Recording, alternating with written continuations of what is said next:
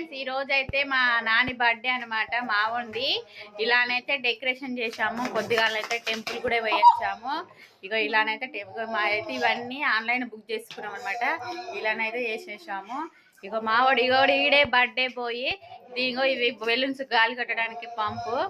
Cake cutting అయితే అయిపోయింది friends. ఇక ఇలాకైతే వీడియో తీయలేకపోయినాము. అలాక్క ఇక ఈ మంగళ చెల్లె చూడండి, ఈ మీద బర్త్డే లెక్క ఉంటుంది ఎప్పుడైనా. ఇక నెక్స్ట్ మంత్ లో ఉంది చూడండి ఫ్రెండ్స్. ఇప్పుడైతే కేక్ కటింగ్ అయిపోయింది. పక్కన అయితే వినాయకుడు ఈ రోజు నిమజ్జనం అవుతుంది అనమాట.